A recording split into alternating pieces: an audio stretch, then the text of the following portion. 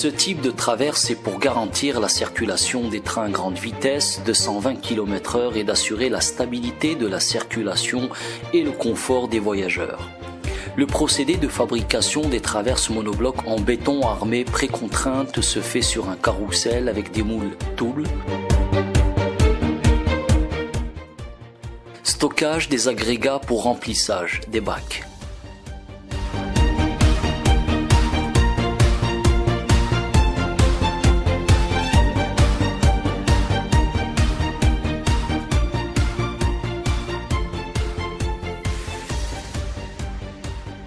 L'utilisation des granulats d'origine non naturelle est interdite.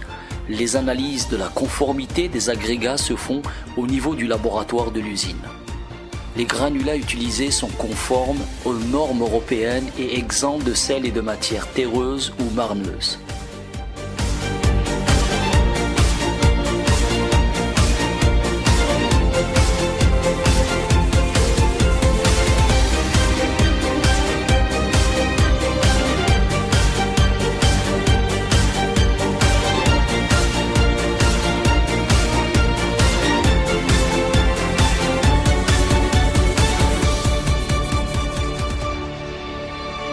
Les armatures de précontrainte sont constituées de fils de tauron conformément à la norme EN 10138.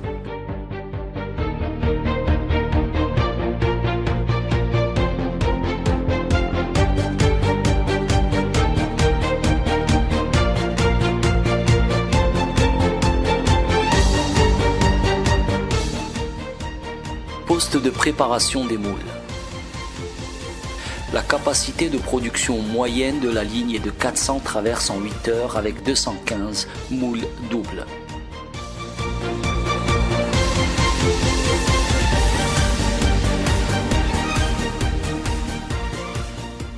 Dans ce secteur, les opérateurs positionnent les génératrices en acier dans le moule grâce à des pièces permettant la mise en tension du fil et des gaines du système de fixation. Dans cette zone, les moules se déplacent sur des tables à rouleaux puis des convoyeurs à chaîne.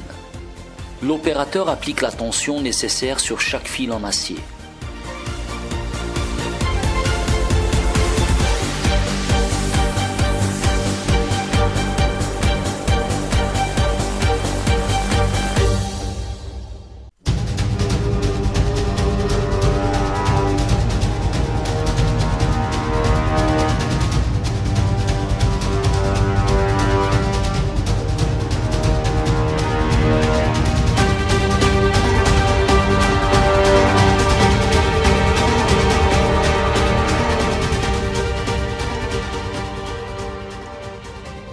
La force appliquée a été définie par la note de calcul de la traverse en béton pour répondre aux exigences techniques demandées par le client.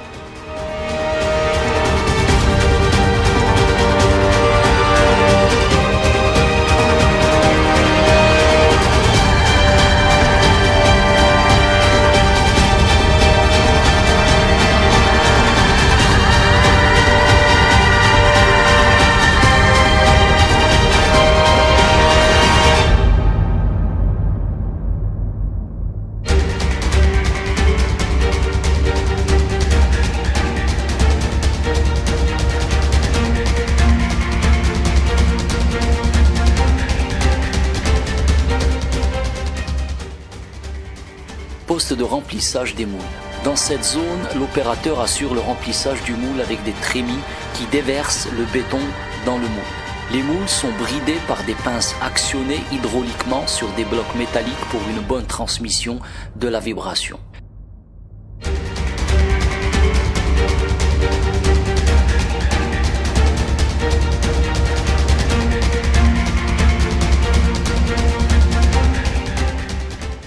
La tension s'exerce sur un fil à la fois pour mieux garantir et maîtriser la répartition de la précontrainte qui sera appliquée à la traverse.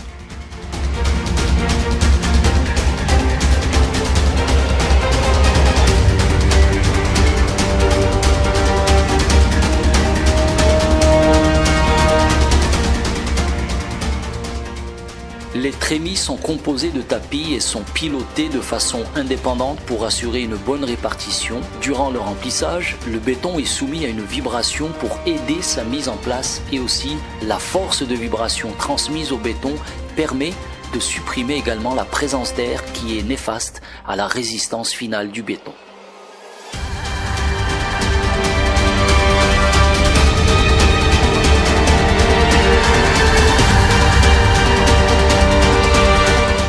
Cette opération permet de rationaliser les temps de déplacement du chariot élévateur qui manutentionne ces paquets de moules entre la ligne de production et la zone d'étuvage et séchage du béton, ainsi que le retour sur la ligne de production. Le béton des traverses durcit dans des chambres fermées. La température et le pourcentage d'humidité sont enregistrés à l'intérieur de chacune des chambres pendant la totalité du cycle de séchage. En cas de nécessité, le taux d'humidité peut être augmenté par rapport en eau en partie supérieure de chaque chambre.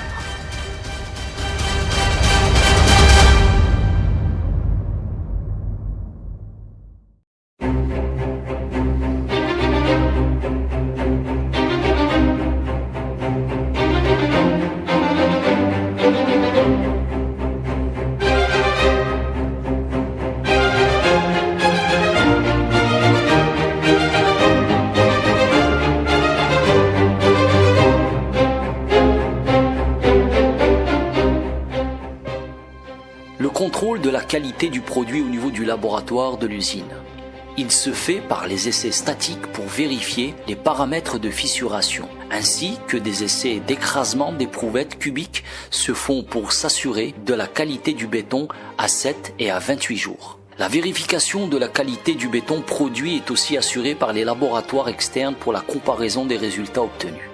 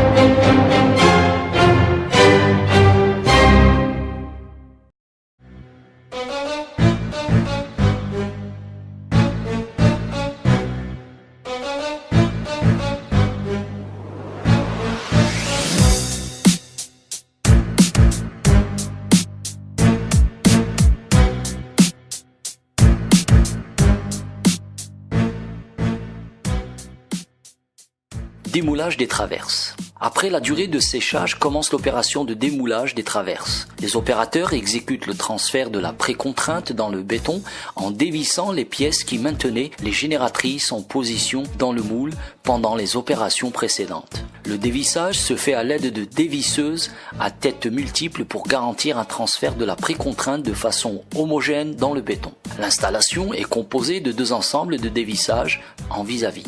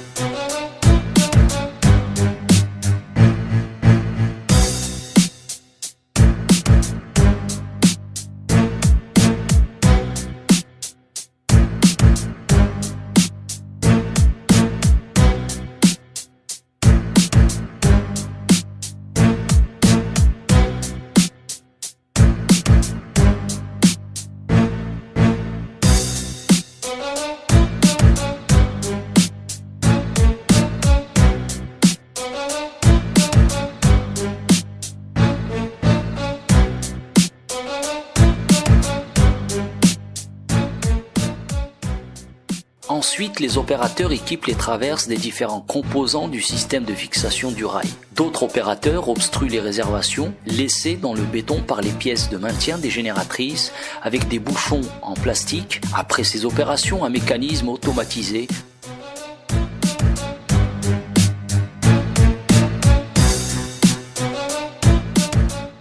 empile les traverses en fardeau. Les intercalaires en bois doivent avoir une hauteur suffisante pour éviter tout contact entre le béton de la traverse du dessus et le système d'attache de la traverse du dessous.